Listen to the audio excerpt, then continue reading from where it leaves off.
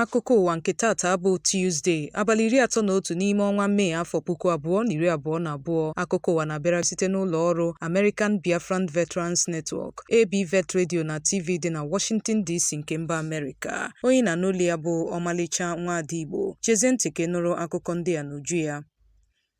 Ọkaiwu na-ekpechite ọnụ otu Indigenous People of Biafra na onye ndu ha bụ Maazị Nnamdi Kanu bụ Aloy Ejimakor ekwuola si n'ezinụlọ Kanu amalitela usoro ịgba akwụkwọ ikpe megide ụlọ ọrụ na-ahụ maka ihe na-eme na mba ndị ọzọ na mba United Kingdom tinyere nke Commonwealth nakwa ụlọ ọrụ na-ahụ maka mmepe n'ihi ịkpọnye n'imi mkpesa ha nyere gbasara usoro mkpọghachite Kanu n'ụzọ ọgbarigbogharị. Ejimakor bụ onye gbara nke a n'anwụ n'ihu ndị nta akụkọ site n'otu ozi batara sịrị na ụlọ ọrụ na-achụso okwu ikpe bụ Bindsman LLP zigara akwụkwọ ozi n'aha ezinụlọ Kanu nye ode akwụkwọ ụlọ ọrụ na-ahụ maka ihe na-eme na mba ndị ọzọ bụ Liz Truss MP. Dịka o siri kwuo, ọ sịrị na akwụkwọ a bụ nke na-ama aka n'ihu megide ịgba ọnyụkwa nke Truss ikwupụta na Kanu bụ nwaafọ mba Britain bụ nnọọ onye akpọlatara n'ụzọ ọgbarigbogharị ma kpebikwa ihe mba United Kingdom ga-eme iji nyere ya aka n'ihi mmetọ ugwu ruru ya. Dịka Ejimakor siri kwuo, okwu a bụ nke na-arụtụ aka n'ụkpụrụ ndị dị mkpa na-abụghị naanị dịka o si metụta mkpọlata ya n'ụzọ ọgbarigbogharị mana nyere ọrụ iwu nke mba United Kingdom na-arụ n'ebe ụmụafọ ha bụ ndị bi na mba ndị ọzọ nọ bụ ndị emetọrọ ugwu ha, dịka o si metụta Kanu bụ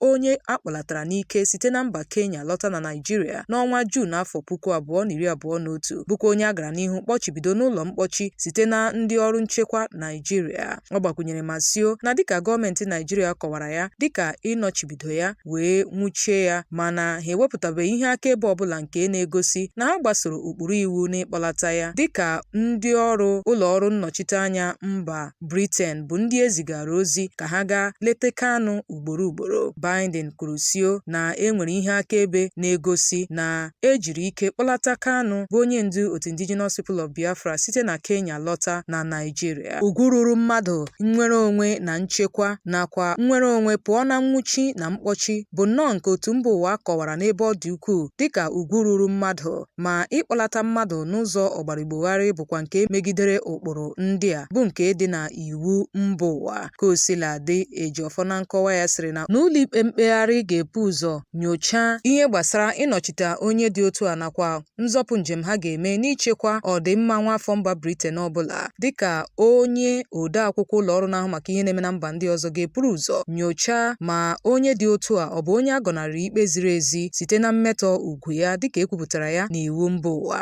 Bindman nọrọ n'akwụkwọ ahụ nke o degara onye ode akwụkwọ ụlọ ọrụ na-ahụ maka ihe na-eme na mba ndị ọzọ kwupụta sio na o nweghị mmetụta ọbụla ịga n'ihu nyochaa okwu a n'agbanyeghị ihe akaebe bụ nke ewebatara n'ihu ya kemgbe ọnwa 10 gara aga nakwa ọjụjụ ya inwe mkpebi ma ọ ga-eleba anya n'okwu gbasara iwu bụ mmetọ ugwu ruru Kanu nakwa ikwupụta nzọpụ njem nke mba United Kingdom ga-eme n'okwu a. Ka o sila dị, ọkaiwu nke ụlọ ọrụ Bindsman LLP bụ Shirin Meka bụ onye na-anọchite anya ezinụlọ Kanu sịrị na o ruola otu afọ kemgbe a kpọlatara ya n'ụzọ iwu na-akwadoghị, ma kemgbe ahụ ka a kpọchibidoro ya n'ụlọ mkpọchi tara ọchịchị ruo awa 24 kwa ụbọchị tutu ruo taa n'ụlọ nnọchite anya mba Amerịka enwebeghị mba ọbụla ha gbara iji nyere ya aka. Ọ sịrị na ndị ọrụ mba United Kingdom agaala naanị ugboro abụọ ịga leta Kanu n'ụlọ mkpọchi ma mara ọnọdụ mkpọchi ya kemgbe ahụ. Ka o sila dị, nwanne Kanu bụ Kingsley Kanu sịrị na kwa ụbọchị niile na ya na-enwe mmetụta gbasara ọdịmma nwanne ya nwoke nakwa ịgba ọnyụkwa nke gọọmenti United Kingdom na-agba inyere ya aka, na ya nwere olileanya na ụlọikpe a ga-enye iwu ka ode akwụkwọ ụlọ ọrụ na-ahụ maka ihe na-eme na mba ndị ọzọ gaa n'ihu wee leba anya n'ọnọdụ nwanne ya nwoke ikwupụta nzọpụ njem nke gọọmenti mba United Kingdom ga-eme iji nyere ya aka n'okwu a, tụmadị dịka o si metụta mkpọlata ya n'ụzọ ọgbarigbogharị.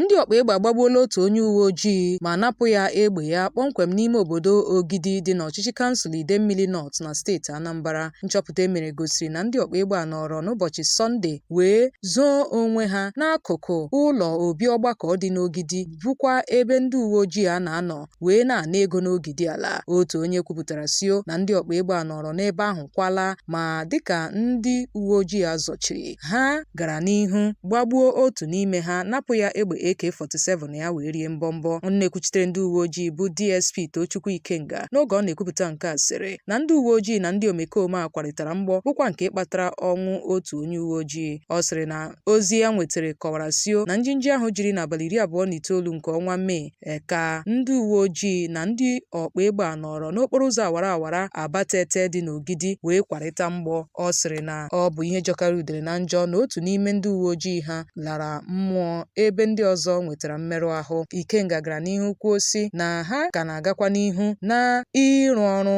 nche ha na mpaghara ahụ dịka o kwere nkwa ime ka ịmata ka eke si anyanwụ.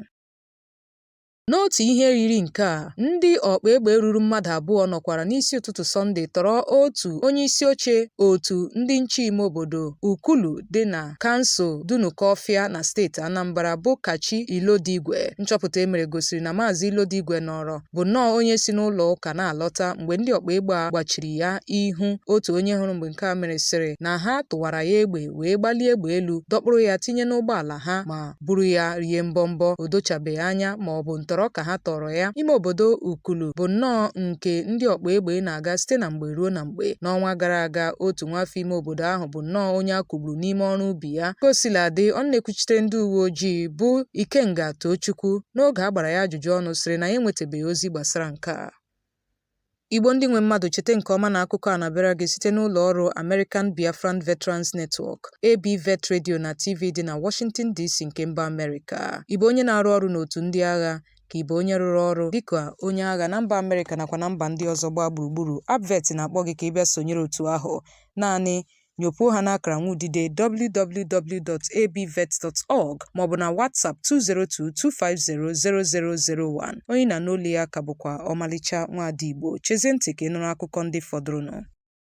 Ndị ọkpa egbe awakpola ụlọ ọrụ mgbasa ozi nke gọọmenti steeti Anambra nwe bụ nke dị n'Awada kpọmkwem n'Ọnịcha n'ime abalị Mọnde bụ abalị 30 nke ọnwa Mee afọ 2022. Nchọpụta emere gosiri na ndị ọkpa egbe a gbara otu ụlọ ọkụ tinyekwara otu ụgbọala bụ nke nọ na obi ụlọ ọrụ ahụ. Kosiladị, enweghị onye gburu na mwakpo ahụ, mana ụfọdụ akụkụ ụlọ ọrụ ha bụ ebe a na-ekwu okwu n'igwe redio gbara ọkụ n'oge ewebatara ozi a. Otu onye ọrụ nke ụlọ ọrụ ahụ bụ onye na-achọghị ka akpọọ ya hasịrị na ndị ọrụ nchekwa na-agba ha ajụjụ ọnụ gbasara njinji ahụ jirinụ. O kwere nkwa ime ka amata ka eke si anyanwụ dịka ọ sịrị na ọ bụ otu onye ọrụ ha bụ onye rụrụ ọrụ n'abalị na ndị ọkpa egbe a kụrụ ya mgbamgba n'ahụ.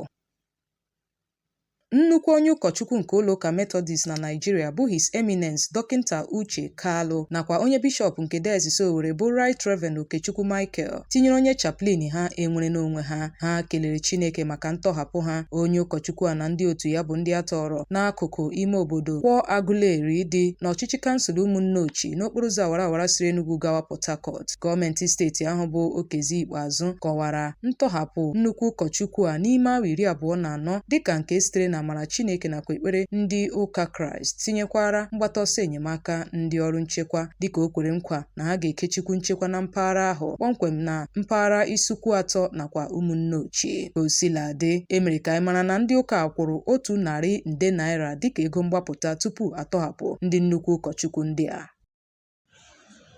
Ndị ọkpa egbe agbagbuola 10 mmadụ 3 ndị nche ime obodo nke a maara dịka Yansakai mgbe ha kwarịtara mgbọ n'akụkụ ime obodo Gidandaina nke dị na mpaghara Olki na ọchịchị kansụl Bugudu na steeti Zamfara. Ndị bi na mpaghara ahụ sịrị na ndị ọkpa egbe a nọrọ na mbụ wakpo ime obodo Gidandaina nakwa obodo ndị ọzọ dịketere ha nso ma dọkpụrụ nnama ha. Ozi anyị nwetara kọwara sio na ha gbagbukwara ụfọdụ ndị bi n'ime obodo ahụ wee buru nnama ha, mana ka ọ gasịrị obere oge ndị nche obodo ahụ bịara were ọgba tumtum chịrị ndị omekome ahụ gawa. Ma mgbe ndị ọkpa egbe a chọpụtara na a na-achụ ha ọsọ ka ha bịara ka onwe ha n'ọgbara abụọ, ebe otu ọgbara buru nnama banye n'ime ọhịa, ndị nke ọzọ kwalara n'akụkụ ọhịa wee lee 10 mmadụ 2 ndị nche a gbarie ha. Nchọpụta anyị mere gosiri na ebutekwala ozu 10 mmadụ 3 ndị a wee lie ha n'ime obodo ha dị iche iche dịka ọnụ na-ekwuchitere ndị uwe ojii bụ SP Mohammed Shehu jụrụ ikwu okwu maka nke a. Igbo ndị nwe mmadụ, ọ na-abụ ajụkata nkwụ kapịawa ọnụ ịmara na mgbufu ya eruole. Otu a ka anyị hụrụ ya n'akụkọ ụwa nke taa. Cheta nke ọma na ọ bịara gị site n'ụlọ ọrụ American Biafran Veterans Network ABVet Radio na TV dị na Washington DC nke mba Amerịka. Onye nụrụ olu ya bụ Omalicha Nwada Igbo. ụbọchị nta ka anyị chọọ n'Owere nchi ka emesịanụ.